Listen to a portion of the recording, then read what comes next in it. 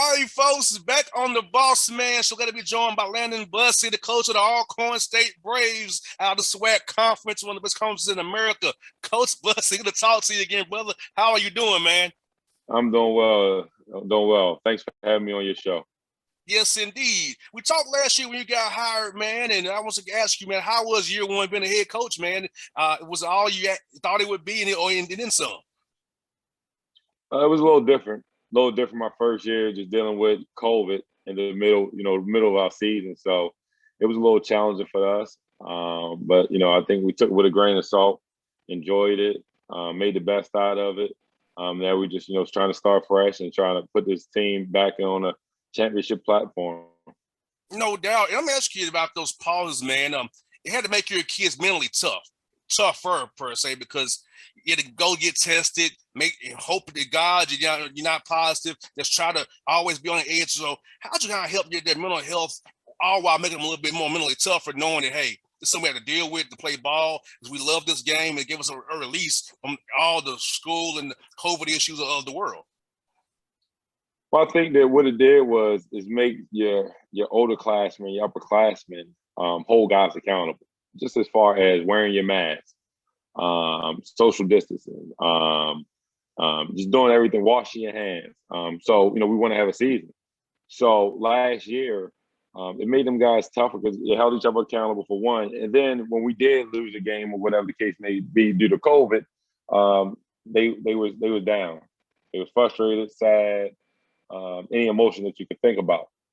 But more so than anything, it lets them guys know that don't take this game for granted. At any given moment, it can be taken away from you. So when you're on that court, this practice, workouts, or game, give it everything you got. And I just try to instill in my guys, overcoming adversity, overcoming challenges. And more so than anything, it's not just an Alcorn, it's not just a swag, it's not just an NCAA thing. This is a nationwide pandemic. So everybody's going through something. And what we're going through, missing games. A lot of people in this world right now are going through worse things as far as losing family members and things like that, losing their job. So when you do have the opportunity to step on the court, give it everything you got. And before, we talked before the whole George Floyd thing happened and all the murders happened. So how'd you, if share with you coaching a lot of young black men? So how was that addressed with your team? How'd you help them understand that, hey, when they go out in Mississippi, we know the history of Mississippi, where it can be, you have to carry yourself a certain way so you don't become a hashtag or whatever. So how'd you kind of address that with your team? We kind of missed that when we talked back in May before all this stuff happened last year. Well, the biggest thing I try to tell them guys, man, stay out the cars for one. A lot of times incident happen, somebody getting pulled over by the police. You at a corner, you go to the gas station or whatever the case may be. You walking in there, you already got to wear a mask. Now you want to wear a mask and you want to have your hood on. Take your hood off. Try to stay out the cars. If you need anything, try to when you go to Walmart, try to get everything you need. So you're not keep making extra stops and going here, going there. You're driving up and down the road. So that was the biggest thing. And then if you do get pulled over, try to make sure that you're not trying to prove a point. Just try to be respectful towards the police. Always be apologetic.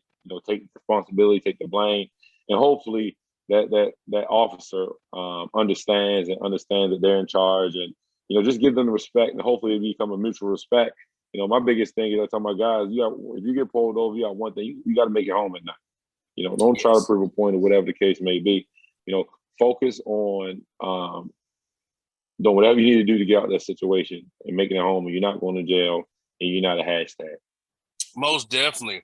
And for you this spring and summer, Coach, how was it having your guys around? Because during the COVID years, kind of restrictions as well, couldn't really do what you want to do. So how was it getting on a full summer to get better and doing drills and also getting stronger in the weight room as well? Well, yeah, this summer really helped us out because me coming in last year, we didn't really have a chance to do summer. We didn't have a chance to do any type of fall training. We pretty much just jump right into the season. So now my guys who return, they understand the tempo, the pace, and the intensity that I want to go in. And so the new guys coming in over the summer, they were following behind my returning players. So now we're just in the process of trying to change the culture, change the tempo and the morale of the team. But I think this summer and this fall is going to be really big for us as far as changing the culture of this program and get everybody headed in the right direction.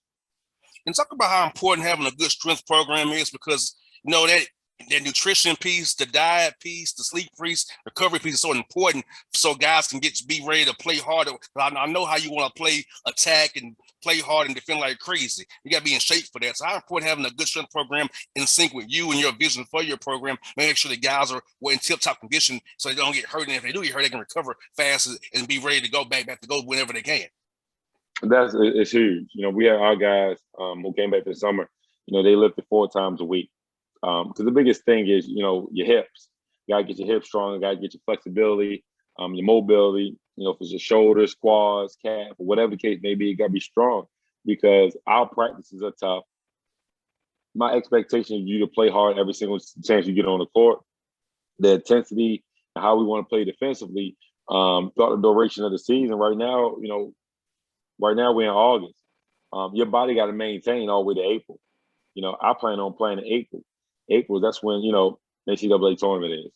Or if it's March or whatever the case may be, your body got to withstand it. How do your body withstand that is putting the right stuff in your body, staying hydrated, drinking a lot of water, eating a lot of fruits and vegetables, and things like that. And then, attacking that weight room. And then one of the most important things is getting sleep at night, resting your body. Staying up all night, chasing girls around, it's not going to work. Staying up all night when your back is just like this, playing 2K, playing Madden, or whatever the case may be. No, you need to lay down, kick your feet up, do your schoolwork, read a book, or whatever the case may be, watch some TV, watch basketball until you fall asleep.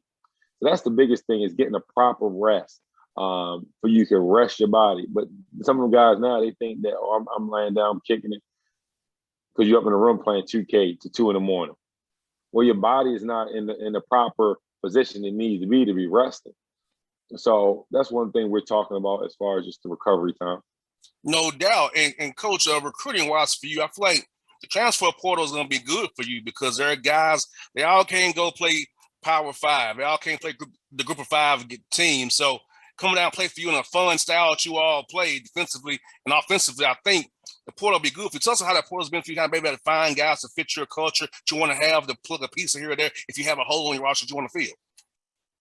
Well, we did a good job this year as far as recruiting. We got a lot of guys out the transfer portal.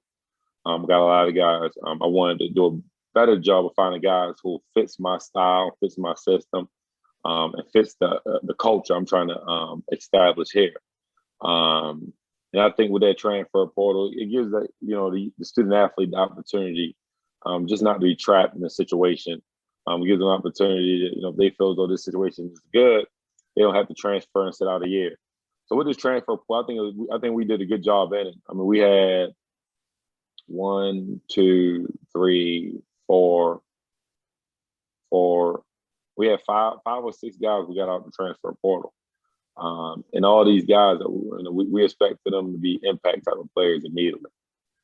No doubt. And what's good about you guys down there on the reservation is that, look, man, all you guys in the reservation out there to do. You focus on your game and school. That's all you focus on. See, I went to school in Nashville. I had a lot to do outside of just going to school at Tennessee State. So down on the reservation, that's all you got. So I think coming down there is good. They can focus on school and basketball and become a better man and a better person and a better player as well. Absolutely. This school is not for everybody. This school for guys who want to be serious about their business. If you're coming down here, like I said, if you going to school in Nashville, or if it's in Houston, or if it's in the city of Jackson, or it's Montgomery, whatever the case may be, in Florida, and you want to enjoy, lifestyle, or of the city lifestyle, and get out and doing things, this place not for you. This place is strictly for guys who want to take care of their academics and want to be in the gym 24/7. That's the only thing, because our closest Walmart, whatever case may be, 45 minutes away. So you guys got to understand that, we're trying to recruit guys who want to enhance their career, if it's in the classroom or on the court. You got more time on your hands to do both at a very high level. No doubt. And I think what's good about it is that being in where you are on a reservation, coach, that you can build a better bond with those guys because they're gonna be around you more, and like it's going to enhance. Because I feel like that's a feeling about coaching. It's a lifetime relationship. Coaching is, I'm so friends with my coaches from years of yesteryear. Like when you have a coach who cares about you and loves you for who you are, he'll be at your wedding calling for advice. So when you have a coach and you go play for that guy, it's a lifetime commitment because he's gonna be there for you whenever you need him. Absolutely, and that's the biggest thing here. I try to do a good job of building a relationship with my guys. Let these guys know that you're here for them. Let these guys know that you care about for them. And then, like I said, 10, 15 years down the road, you probably still talk to some of them same guys because they knew that you want the best for them in college. And when they do have weddings, when they do have kids or whatever the case may be, you're there for them. You're going to the baby showers, you're going to the weddings, you're going to, different types of things. So it's very important to, for our guys to know, especially, a guy like me who coaches pretty hard and get on my players pretty hard, to get them to respond, they know that deep down I care about them. No doubt. And look at your roster, man. You got 3 guys in your roster from Atlanta, man. Tell us about Atlanta connection on your roster and how important that'll be for you going forward to come in here and get good players to come play for you if it fits your culture. Well, the biggest thing is, like I said, I recruit the best guys who's available. My job is to put this program back in the championship platform.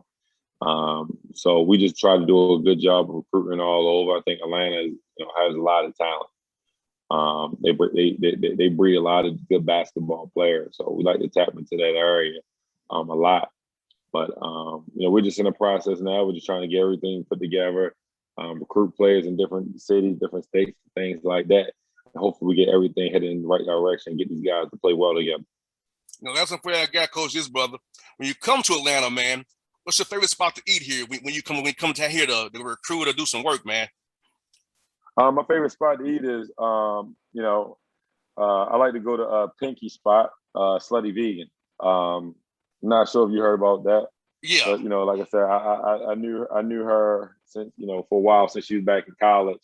Her best friend is one of my close friends, so every time I come to Atlanta, I go to her spot, to support her, whatever the case may be.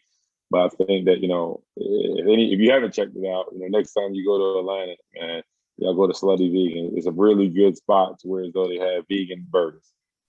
Yes, I look. I'm no vegan, but I like the vegan burgers that she does have. Man. Slutty Vegan. They look like real burgers. Like they look like actual meat when you eat them. So right. Yeah, I would vouch for that. I'm a guy who loves some meat, but I vouch for Slutty Vegan burgers for sure, man. Coach Bussie, thank you for your time today, brother. I hope to talk to you again real soon. Hope to see you either at A&M or over at Alabama State when I play those guys this year, man. I hope maybe I see him. I hope to see him in Birmingham as well at the tournament as well, brother.